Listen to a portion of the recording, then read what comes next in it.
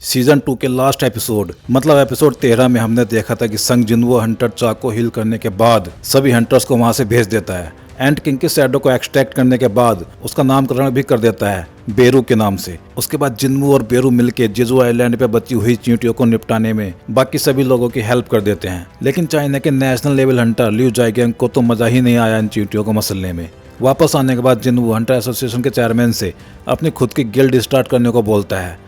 वहीं Jeju island पे beast monarch और फ्रोस्ट मोनार्च छोटा सा कांड करके चले जाते हैं और लास्ट में जिनवो एक बी रैंक के गेट में जाता है। लेकिन अंदर जाके पता लगता है कि ये तो रेड गेट निकला। लेकिन फिर भी जिनवो उस गेट के साफ सफाई में लग जाता है। वहीं हंटर चा भी सोचती है कि मुझे भी जिनवो के जैसा पावरफुल होना पड़ेगा। अब देखते हैं आगे क्या होता है। अगले सीन में हमें दिखाया जाता है तबाही भरा हुआ एक सीन जहाँ एक बंदा रोता हुआ अपने घुटनों पर पड़ा हुआ है और घबराते हुए किसी से पूछता है तू है क्या चीज। तभी शैडो में से निकलता हुआ एक बंदा बोलता है उनमें से एक भी यहाँ नहीं है, वो लोग बहुत चालाकी से छुपे हुए हैं। Fragments of brilliant light. अगले सीन में हमें पता लगता है कि ये बंदा कोई और नहीं बल्कि फ्रोस्ट मोनार्च है। तभी जिसको किसी की आहट का एहसास होता है वो आने वाला बंदा कोई और नहीं बल्कि मोनार्च ऑफ ट्रांसफिगरेशन योग माउंट था, जिसे देखकर फ्रोस्ट मोनार्च उससे पूछता है कि तुम यहाँ क्या कर रहे हो। इसके जवाब में वो बोलता है कि मैं यहाँ तुमको ईस्ट आइलैंड के बारे में कुछ बताने आया हूँ। तो तुम उस छोटे से आइलैंड की बात कर रहे हो जो ईस्ट में है, लेकिन वो शैडो मोनार्च का वर्किंग एरिया है। क्या तुमने वहां से दूर रहने का डिसाइड नहीं किया था?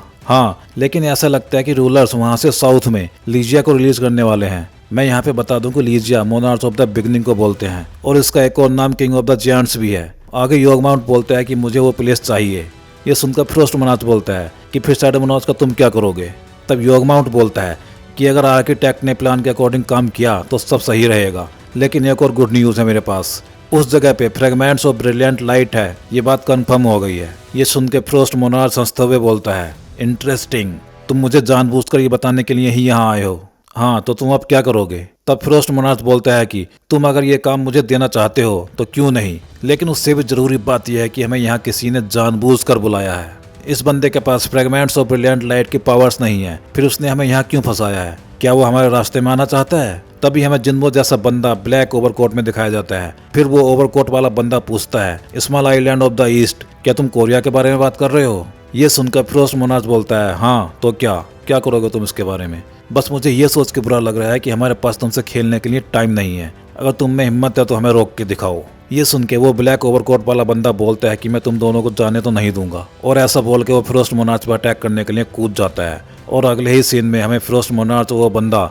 आपस में टकराते हुए दिखाए जाते हैं, जहां फ्रोस्ट मोनार्च ने उसके अटैक को आइस बॉल बना के रोक लिया था। लेकिन फिर भी दोनों ही अपने अपने दांत भींचकर एक दूसरे से भिड़ जाते हैं। अगला सीन शिफ्ट हो जाता है सिटी के अंदर, जहां रेड गेट ओपन हुआ है। वहां सिक्योरिटी बढ़ा दी गई है, जबकि गेट के अंदर उस गेट का बॉस कुछ बोल रहा था। क्या वो तुम ही हो जिसने मेरे लोगों को मारा है? मुझे कहना होगा कि मैं इम्प्रेस हुआ तुमसे। मेरे अड्डे में इतना अंदर तक घुस के आना, वो भी इस छोटी सी बॉडी के साथ, और तो और हमारी लैंग्वेज भी बोलना। लेकिन अब ये सब यहीं खत्म होता है। मेरी सेना पहले से ही लाइन में वेट कर रही है, सभी लोग बाहर आ जाओ। लेकिन भाई उसके ऐसा चिल्लाने के बाद भी सिर्फ हवा ही सुनाई देती है, आदमी कोई भी बाहर नहीं आता।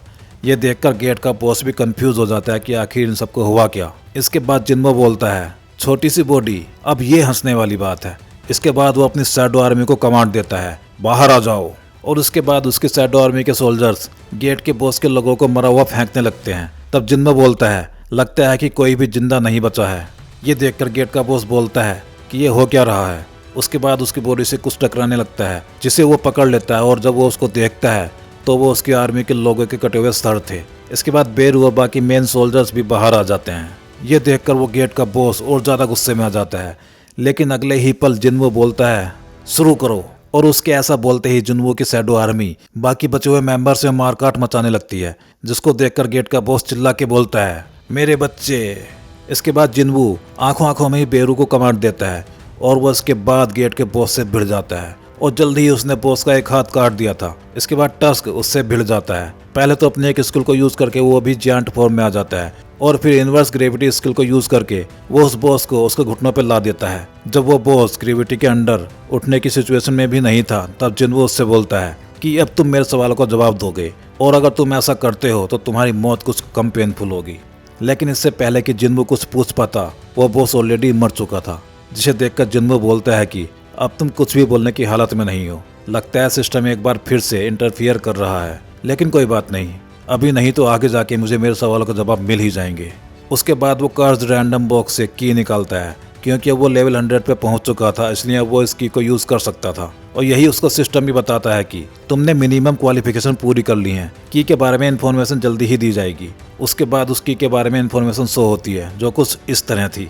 नेम कार्टियन टेम्पल्स की। तुम इस की हेल्प से कार्टियन टेम्पल में एंटर कर सकते हो।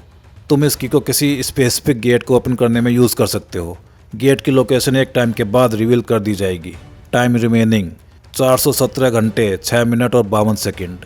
ये देखकर जिन्वू सोचता है, कार्टियन टेम्पल की चाबी।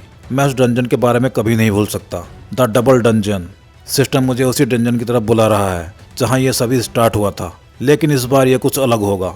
अगर ये शुरू से ही अरेंज था, अगर वो मेरे लौटने का वेट कर रहा है, तो इंतजार करो मेरा, मैं जल्दी ही आऊँगा। और इसके साथ ही हमें इस डबल डंजन की इमेजेस के साथ उसमें आर्किटेक्ट बैठा हुआ दिखाया जाता है, दांत दिखाता हुआ। तो भाई लोग, इस एपिसोड में बस इतना ही। चलिए मिलते हैं अगले वीडियो में आर्किटेक्ट के ये डरावने दांत तोड़ने के लिए।